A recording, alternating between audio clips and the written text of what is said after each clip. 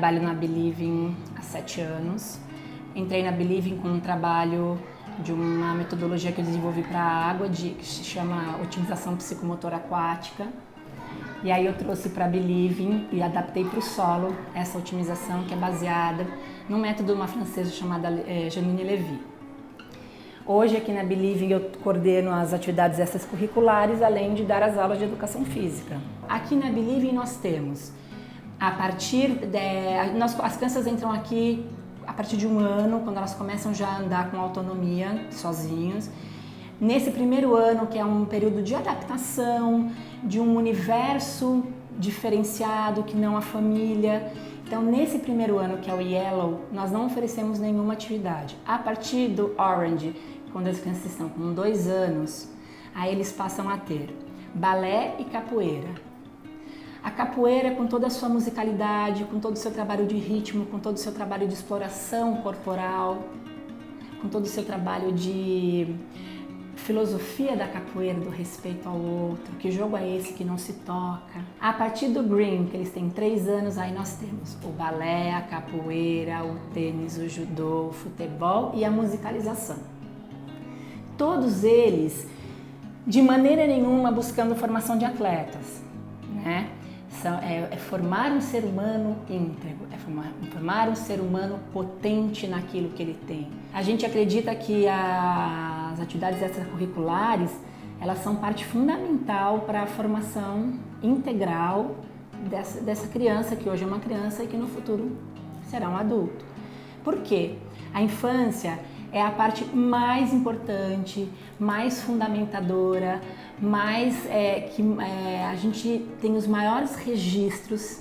Se vocês pensarem na vida de vocês, o número de memórias, sejam elas corporais, afetivas, são da infância. Então a gente fala que a infância cunha no corpo. As atividades extracurriculares, elas têm a possibilidade, né, de fazer com que a criança tenha estímulos e otimizações corporais, emocionais, sensoriais, sociais e cognitivas, que talvez dentro do momento da educação formal dela, ela não alcance.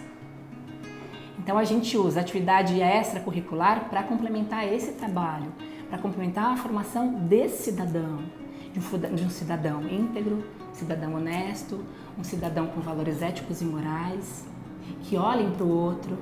A gente precisa muito do mundo que olhe para o outro. E o esporte, no caso das atividades extracurriculares, elas trabalham muito isso.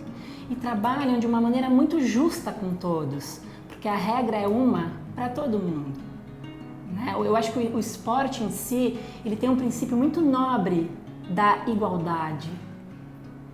Independente o como você faz, o resultado vai ser de acordo com a sua possibilidade, com o seu envolvimento, com a sua competência. Na Believing, todos os profissionais que trabalham conosco nas atividades extras, né, primeiro que eles têm uma formação teórica fundamentada, são todos educadores físicos, as nossas professoras de balé são bailarinas formadas, a nossa professora de música é uma educadora musical e o nosso professor de violão é um profissional com formação em violão. E além dessa formação técnica, né, o que a gente busca, que é essa formação do ser humano para o futuro? Eu não quero agora pensar em ser atleta. Eu estou formando pessoas utilizando o corpo como um mecanismo para o desenvolvimento de todas as potencialidades. Então o esporte, que aqui tem o nome de tênis, tem o nome de balé, eles estão aqui preocupados, né, e empenhados e comprometidos em fazer com que aquele esporte, com que aquelas técnicas, com que aquelas regras do esporte transcendam o esporte em si, né? As regras que a gente tem uma formação aí de pessoas justas, honestas, entendedoras da regra.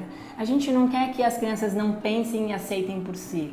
Não, mas as regras existem porque elas precisam, a gente precisa de uma organização, né, para poder seguir em frente, para poder ter um convívio em sociedade, né? Então, o esporte em si, toda a aula transcende muito mais do que o esporte. Então, por exemplo, todos os professores têm conhecimento do desenvolvimento para cada faixa etária, Como que eu vou conseguir atingir aquele aluno?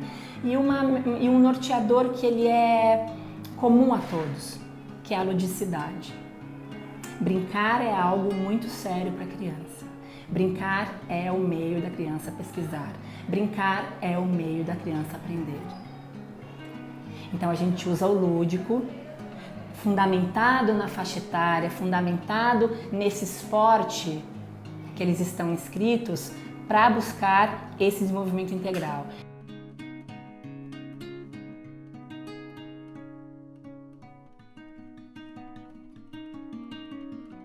A primeira dica que eu tenho é brinquem com seus filhos. O momento do brincar, como eu já disse no começo, é um momento muito importante para a formação desse ser humano. Os pais precisam aproveitar a oportunidade de brincar com os filhos. Por quê? Primeiro, que a gente precisa aprender a ser igual, a nos colocarmos de igual para igual. Na brincadeira, nós vamos ter as mesmas regras. Na diversão, nós vamos estar juntos. Então, assim, eles precisam tocar os filhos. Não, o maior playground do mundo é o nosso corpo. Então, o pai pode virar um cavalo, o pai pode virar uma perna de pau, o pai pode virar um lutador e rolam no chão e se abraçam e se tocam. Isso dá intimidade, isso traz segurança, isso traz uma relação de confiança que só o corpo e o contato direto, no olho a olho, te garante para o futuro, é para a vida que vai. Então eu acho isso, eu acho que os pais precisam aproveitar a oportunidade e não se preocuparem em comprar 1000 brinquedos, assim, uma preocupação de se instrumentalizar. O maior instrumento são eles próprios. Acesse ou ache o curso, procure o melhor rumo para a sua carreira e encontre conteúdo inteligente sobre educação.